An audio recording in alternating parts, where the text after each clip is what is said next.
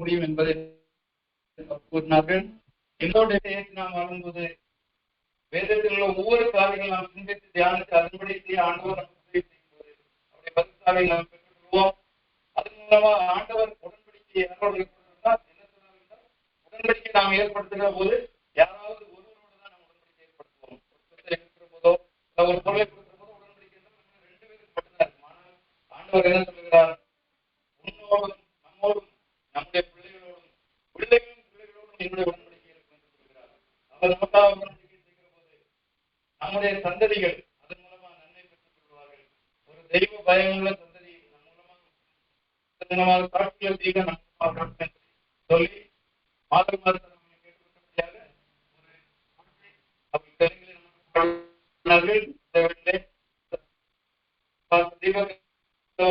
இந்த பாட்டை நம்முடைய பாடுவார்கள். வசனம் 21 இந்த வசனம் பாத்தீங்கன்னா மறக்க முடியாத அதை மக்கள் சொல்லி சின்ன ஒரு அதோடைய நாட்டை நான் வந்து 15ஆம் இந்த இளம் வாலிப வயதுல இப்போ ஒரு மோசமான வாழ்க்கை வாழ்ந்து கொண்டிருந்தேன். எல்லாவற்றுக்கும் தோல்வி. நாங்கள் என்ன சொல்லிட்டார்,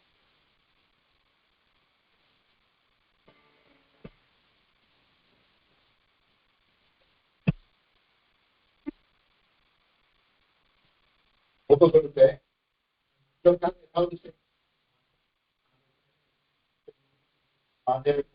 பண்ணுவேன், அப்போ நாங்க ஒரு சேர்ந்து ஆண்டு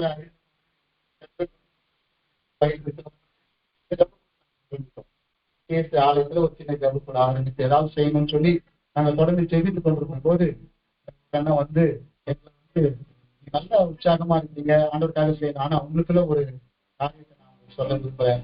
நீங்க அபிஷேகத்தை பெற்றுக்கொண்டா இன்னும் சிறப்பாக உங்களால இழுத்து அனாயிட்டிங் உங்ககிட்ட இல்ல, அந்த அனாயிட்டிங் இருந்தா நல்லா இருக்கும் அப்படின்னு சொல்லி எனக்கு சொல்றாரு. எனக்கு வார்த்தையா இருந்தது. ஆனா எப்படி பெற்றுக்கொள்ளணும், எப்படி அதுக்காக காத்துக்கணும்னு தெரியாது. அந்த அண்ணன் எங்களுக்காக ஜோம் பண்ணாங்க, எங்களை கூட்டிட்டு போனாங்க. அப்போ ஸ்ரீரணி அரங்கம் சென்னையில இருந்தது. இந்த ஸ்ரீரணி அரங்கத்துக்கு பின்னாடி போய் பெரிய ஒரு இது எல்லாரும் ஜோம் பண்ணிட்டு இருப்பாங்க. நாங்க ஒரு பெரிய ரவுண்டா அந்த ஒரு சர்க்கிள் மாதிரி அந்த மணல்ல போட்டுட்டு நானும் இன்னும் கூட இன்னொரு சகோதரன் 3 பேர் நாங்க போய் ஜோம் பண்ணோம். அப்போ ஜோம் பண்ணதுக்கு ஃபிக்ஸ் பண்ணிட்டோம். காலையில நான் வாசிக்கையோட ஜோம் பண்ணிட்டே இருக்கிறேன். எனக்கு ஒரு ஆசை, ஆண்டவர் எனக்கு தாங்க ஆண்டவரே, எனக்கு அபிஷேகம் வேணும் அப்படின்னு சொல்லி ஆர்வமா ஜோம் பண்ணிட்டு இருந்தேன். அப்ப ஆண்டவர் வந்து என்னோட பேசினார். ஏசாயா 59:21 மூலமாக, இன்று நான் உன்மேல் இருக்கிற என் ஆவியும் நான் உன் வாயில் அருளிய என் வார்த்தையும் இது முதல் என்றைக்கும் உன் வாயிலிருந்தும் உன் சந்ததியின் வாயிலிருந்தும் உன் சந்ததியின் வாயிலிருந்து நீங்குவதில்லை என்று கர்த்தர் சொல்லு. தெளிவானவர் பேசுறேன். நான் உன்னை பிளஸ் பண்ண போறேன், உன் மேல என்னுடைய அபிஷேகத்தை கொடுக்க போறேன், ஆவியானுடைய அனுகிரகத்தை கொடுக்க போறேன். அது உன்னோட இருக்கும், பிள்ளைங்களோட இருக்கும், பேர பிள்ளைகளோட இருக்கும், சந்ததியா அது வரும் அப்படின்னு சொல்லி கர்த்தர் என்னோட பேசுறேன். நான் அப்பவே தெரிஞ்சுச்சு இன்னைக்கு ஆவியானுடைய அபிஷேகம் எனக்கு கிடைக்க போதுன்ற நம்பிக்கையோட நான் போனேன். 3 பேர் ஜெபம் பண்ணோம். 3 பேரும் காத்து ஜெபம் பண்ண. அந்த என்ன சொன்னேன், நீங்க வேற படாதீங்க, கேட்கிற எவனும் பெற்றுக் கொடுக்கிறான் என்று